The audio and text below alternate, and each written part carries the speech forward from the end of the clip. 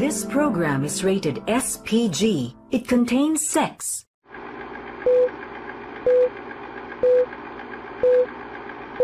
Sa kulturang Pilipino, hindi gaanong napag-uusapan ang sex. Ang paksang ito pinagtatawanan, ikinahihiya, ibinubulong-bulong. Hindi nga naman natin masabi ang mga salitang te at poop. Sige, mami. Hoy, wag kayo mag-video! Sa broadcast na ito nang hindi magugulat at baka pa nga magagalit ang iba. Naya ko! Hirap nga siya sabihin. Pero yun naman talaga yung tawag sa kanila, di ba? Pero sa pribado, iba na ang usapan.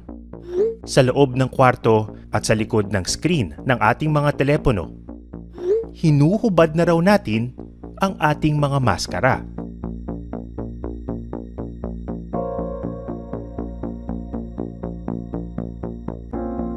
May mundo na nakakubli sa paningin ng marami. Isang mundong nakagugulat, nakamamangha, at nakapaninindig balahibo. Kailangan natin ng guide kung gusto nating baybayin ang pasikot-sikot nito. You gotta be protected for all these spontaneous activities. I really like the maximalist aesthetic, you know, like not... Pwede tayong magsimula sa kanya. Si Salome Salvi ay isang independent adult content creator. Salome Salvi, that's an interesting name. Saan ba galing yung pangalan na yan? Like, it's from two characters from Noli Me Tangere, yung girlfriend ni Elias, si Salome, and kay Padre Salvi. And also, I thought it would be cool to combine those two names because when you combine the first syllables of Salome and Salvi, it says Salvi. So, I thought that was funny.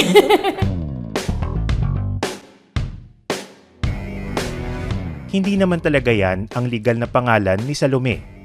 Iilan lang daw ang nakaaalam ng tunay niyang pangalan. Dahil na rin sa mundong ginagalawan niya ngayon. Like my family, my parents, they're kind of embarrassed that this is the kind of line of work that I entered in. So I try to like not bring any further shame to them or like really associate myself with them. Maging klaro muna tayo. Ano nga ba ang pornography? Wala itong iisang definisyon at nagbabago ang katuturan depende kung saan, kailan at sino ang tatanungin. Pero sa esensya, ito ay material na naglalarawan o nagpapakita ng sexual na aktibidad na layong magbigay aliw o libog. Popular ba ito sa mga Pinoy? Well, hulaan nyo kung sino raw ang pinakamatagal mag-browse sa isang sikat na porn website noong 2021.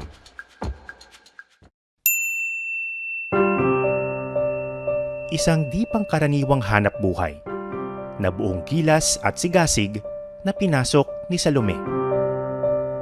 Nagsimula raw ang lahat sa isang dating karelasyon.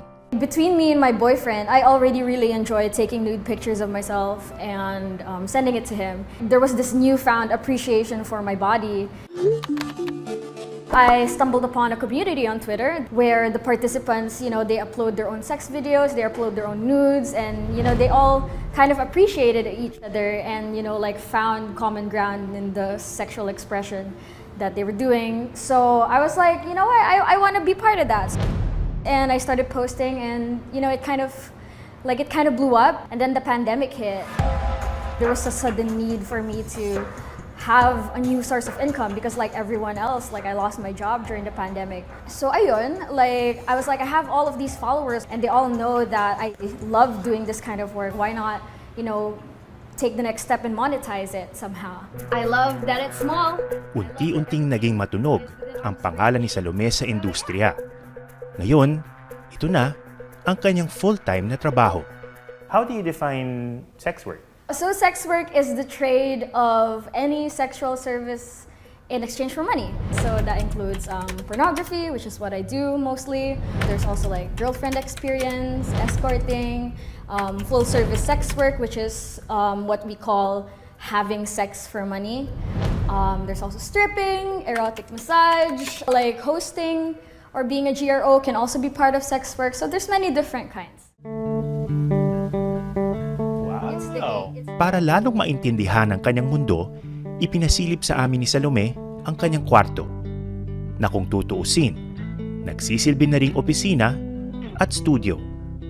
Salome, can you tell me about this space? Because this is where I shoot. So I try to make it as photogenic as possible. I always think about what could set my work apart.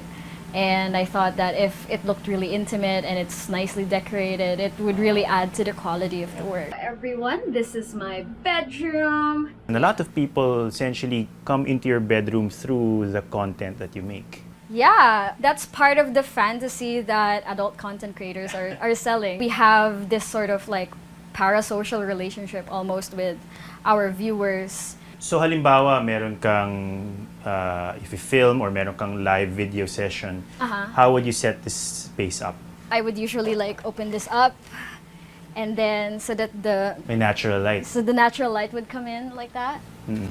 And so both of my cameras would be here. I use 2 cameras all the time. I have a really super wide lens. Wow! Yeah. That looks So fancy. di naman, sakto lang, pwede na. All of my camera equipment would be here. So if you could see, Ayun. So tripod, tripods. light. Okay. This is like a 150-watt light. So talagang one-person production team ito, no? Yeah. Ito ang lahat, pati camera person, editor, and everything in between. Of course, So, talent. Yeah. Oh, thank you. I'm glad you think so. So nahanap mo na rin yung parang best angle. Yeah, For the yeah. camera. It's usually just here on the side so that it has a full view of the bed. Meron ka pang toys na ginagamit for some of your content? Yeah. There you go.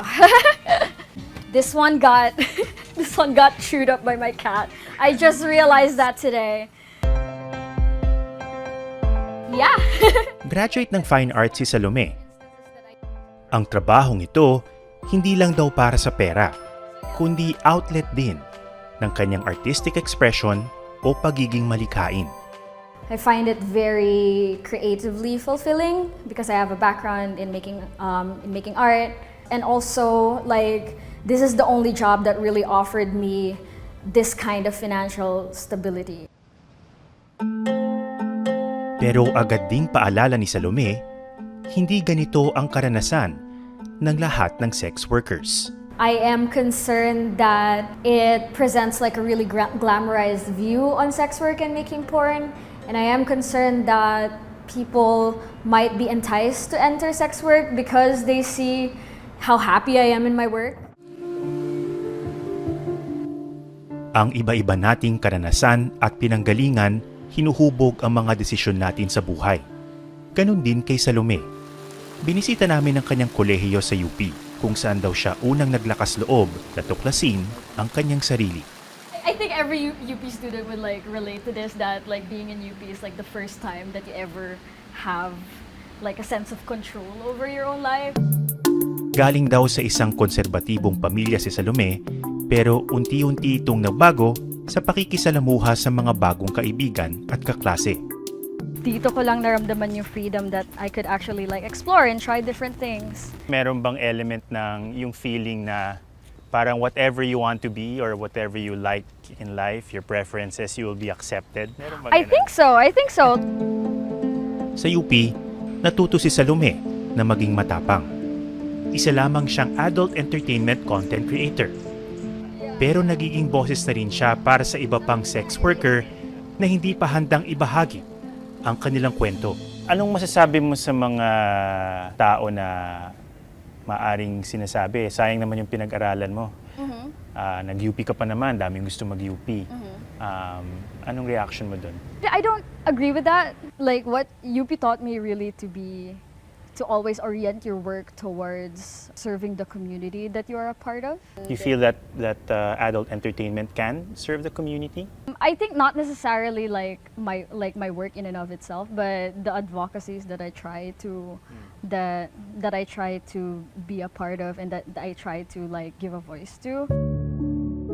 Pero hindi ito madali. The way that people look at me and the way that people perceive me has definitely changed as well. Kasi sex work is heavily stigmatized. It might be the most heavily stigmatized profession. I've gotten used to having my personal space invaded all the time, whether it's physically or online, where people are just sending me the nastiest DMs. Nabanggit mo you get a lot of nasty direct messages. Yeah. Would you mind reading out some of those DMs? Sure, soon. Right now? Okay, sige. Let me just get my phone. Hello, madam. Ako nga pala si Blank. Ako po ay isang virgin. Nais ko po sanang matikman ka gaya ni Trike Patrol. Doon po sa ata sa dorm mo ginanap yung gera. Meron dito, send ka mo ate. Subo mga ganyan. Maghuhubad ka na nga lang, di mo pa magawa ng tama. Seduction score, 2 out of 10. Attempt ka na ba sumagot? Sinasagot ko yan minsan kapag nakakainis talaga. Yung lagi ko sinasabi, like a lot of people think na okay, nabastusin ako kasi iniisip nila, trabaho ko naman magpabastos. And that's not necessarily true, obviously. It gets traumatic sometimes. It's a traumatic amount of harassment that I have to deal with. Like there's a level of like tolerance that I've developed for it. But at the same time, tao pa rin naman ako. So I do get upset, especially if it's like something severe like that. Whew. So yeah, it doesn't feel good. Be nice on the internet. So harassment online is one thing, pero do you also get harassment in the real world? Yeah. Or baka meron ka lang naalala na particular incident na bothered you or... This one incident where I was recognized in Makati and you know, it was someone who was a follower of mine, I guess, and because he recognized me and he was like, could I take a picture with you? And he was drunk na. He put his arm around my waist and then really held me really tight and kissed me on the neck. Yo, like I did not allow you to like do that to me. Can you stop? And you know, he got taken aback. They don't understand that, you know, like even in our job, we negotiate consent with all of our clients. They tend to forget our humanity